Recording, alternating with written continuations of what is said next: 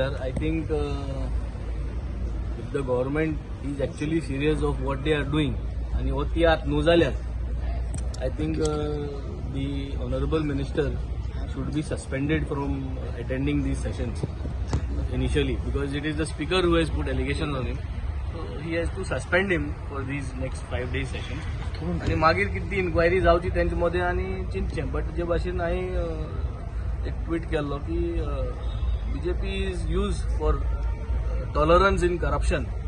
So तेमगे सांगपा जायना कितें करता तें. त्यांचे बाब तसो लॉ आसा, तुम्ही म्हणटाली की स्पिकरान सस्पेंड करूंक जाय, तसो लॉ आसा.